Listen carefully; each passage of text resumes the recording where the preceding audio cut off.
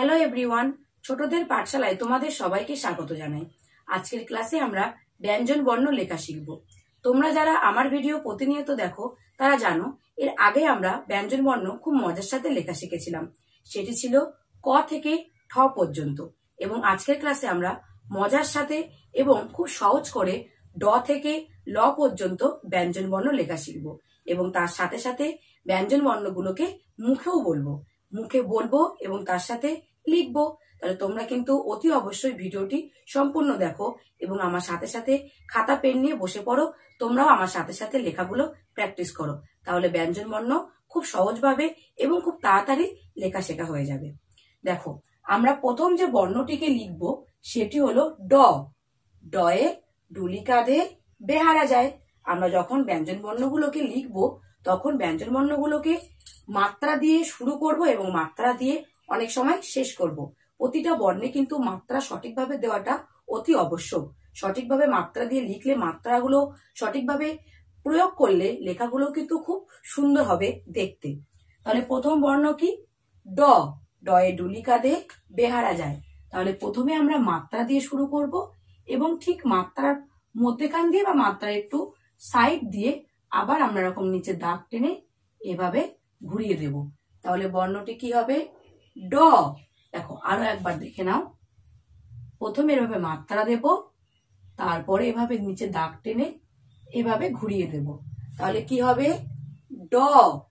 দেখো, ড এর পরের বর্ণ ঢ। দেখো, ঢ এরও কিন্তু মাত্রা আছে। ঢ এর অর্ধমাত্রা আমরা ছোট করে মাত্রা দেব, তারপরে ঠিক এভাবে দাগ দিয়ে এভাবে বাঁদিকে বাঁকা করে তুলে দেব। তাহলে কি হবে? ঢ। ঢয়ে ঢুলি কাঁধে বেহারা যায়। দেখো, আরো একবার দেখে নাও। মাত্রা দিয়ে ঠিক এভাবে দিয়ে বাঁকা করে তুলে দিলাম। তাহলে কি হলো? ঢ। দেখো, ঢয়ের পরের বর্ণ মূর্ধন্য। মূর্ধন্য নাকের পরে। মূর্ধন্যর কিন্তু এখানে অর্ধমাত্রা। দেখো, ঠিক এভাবে একটা লম্বা দাগ দিয়ে এভাবে মধ্যখান দিয়ে বাঁকা করে উড়ুনি দিতে হবে এবং তারপরে আমরা এখানে মাত্রা দেব। তাহলে লেখাটি কি হলো? মূর্ধন্য। আরো একবার দেখে নাও। এভাবে প্রথমে আমরা একটা লম্বা দাগ টানবো, ঠিক মধ্যখান থেকে এভাবে নিয়ে এভাবে ঘুরিয়ে দেব এবং তার একটি ডান দিকে অর্ধমাত্রা লিখে দেব। হলো? তাহলে লেখাটি কি হলো? মূর্ধন্য। মূর্ধন্যের পরের বর্ণ ত। তয়ে তিমি আপন শিকার ধরে। ত কিন্তু অনেকটা অয়ের মতন দেখতে, তয়ের পূর্ণ মাত্রা, তাই আমরা পুরো মাত্রাটি এখানে লিখব। তারপরে এভাবে গোল করে এভাবে লেখাটি মাত্রার সঙ্গে লিখে দেব। তাহলে কি হলো? ত। তয়ে তিমি আপন শিকার ধরে। দেখো, আবার দেখো, প্রথমে আমরা পূর্ণ মাত্রা লিখব, তারপরে এভাবে গোল করব, তারপরে এভাবে লেখাটি সম্পূর্ণ করব। তাহলে কি বর্ণটি কি হলো? ত। দেখো, তয়ের পরের বর্ণ থ। থয়ে থালা ভরা আছে মিঠাই। থয়ের কিন্তু অর্ধমাত্রা। দেখো কিভাবে লেখা হচ্ছে। প্রথমে এরকম ভাবে গোল করব, এভাবে বাঁকিয়ে আবার ওপরের দিকে তুলে এভাবে দাগটাকে ছোট্ট করে মাত্রা দেব। তাহলে কি হবে? থ। দেখো, আবার দেখো, এভাবে বাঁকিয়ে এভাবে আবার তুলে দিয়ে এভাবে থ। থয়ের পরের বর্ণ দ। দেখো, দ কিভাবে লেখা হয়।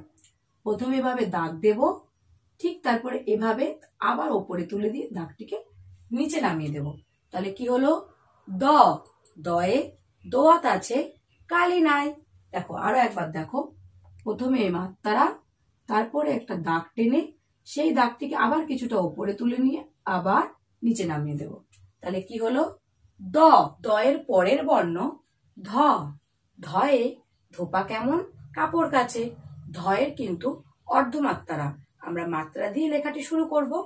দেখো, বাঁ দিক থেকে ছোট করে দাগ টেনে ঠিক তার নিচ থেকে এভাবে নামিয়ে দিয়ে এভাবে আবার ওপরে তুলে দেব এবং তার উপরে এরকম একটু সুর করে দেব। তাহলে বর্ণটি কি হবে? ধ। দেখো, আরো একবার দেখে নাও। এভাবে দাগ দিয়ে ঠিক এভাবে এভাবে আবার ওপরে তুলে দিয়ে এভাবে সুর করে দেব। তাহলেই হয়ে যাবে ধ। ধয়ে ধোপা কেমন কাপড় কাচে। ধয়ের পরের বর্ণ দন্তান্ন। দেখো দন্তান্নয়ের অর্ধমাত্রা।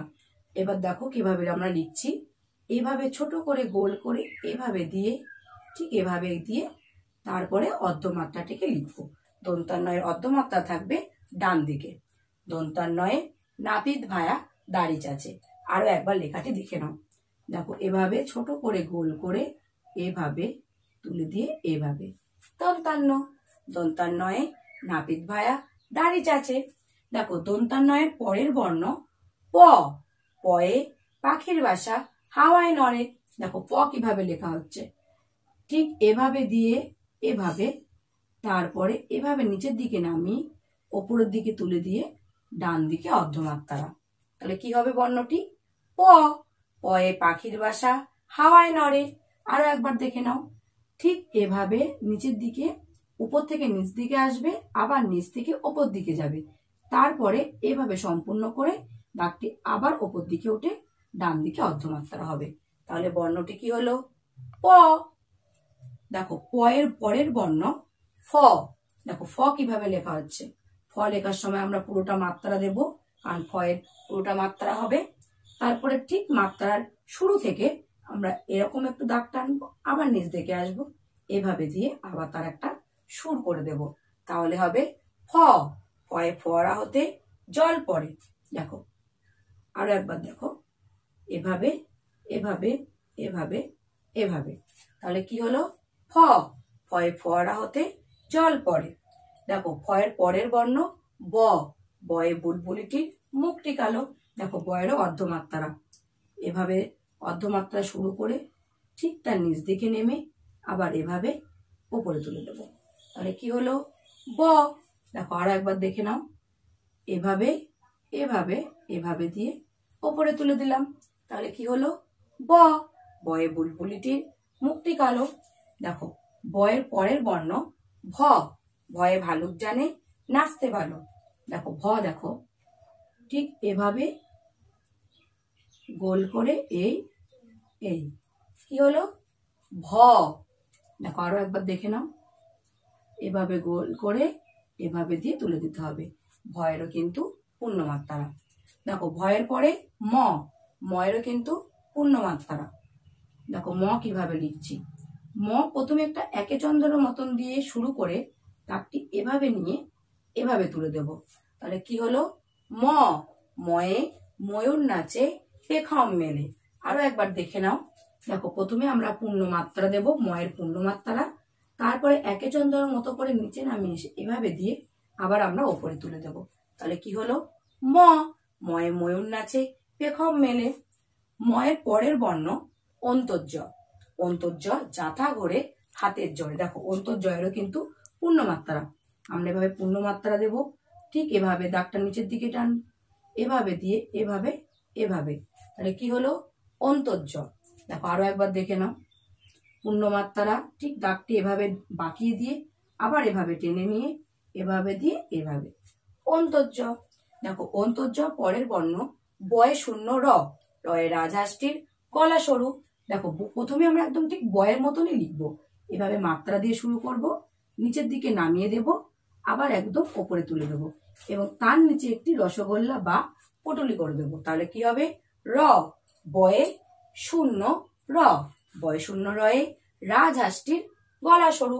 আর একবার দেখে নাও, প্রথমে মাত্রা দিয়ে শুরু করব, দাগটি নিচের দিকে টেনে এভাবে নিয়ে আমরা উপরে তুলে দেব এবং তার নিচে একটি রসগোল্লা করে দেব, তাই বয় শূন্য রয়ে রাজহাঁসটির গলা সরু। দেখো তার পরের বর্ণ ল।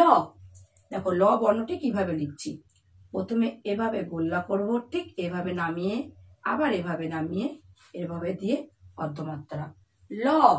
লয়ে লাঠির চোটে পালায় গরু। দেখো আরো একবার দেখে নাও, ঠিক এভাবে গোল্লা করে এই এই এই ল। লয়ে লাঠির চোটে পালায় গরু। লেখাগুলো একদম সহজ না? তাহলে আরো একবার করে আমরা দেখে নিই যে কোন কোন বর্ণগুলোকে আজকে আমরা পড়লাম এবং লিখলাম। দেখো প্রথম যে বর্ণটিকে আমরা লিখেছি সেটি হলো ড।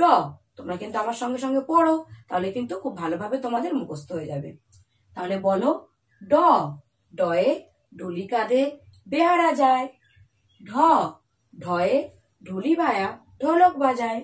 মূর্ধান্য। মূর্ধান্য নাকের পরে। ত, তয়ে তিমি আপন শিকার ধরে। থ, থয়ে থালা ভরা আছে মিঠাই। দ, দয়ে দোয়াত আছে কালি নাই।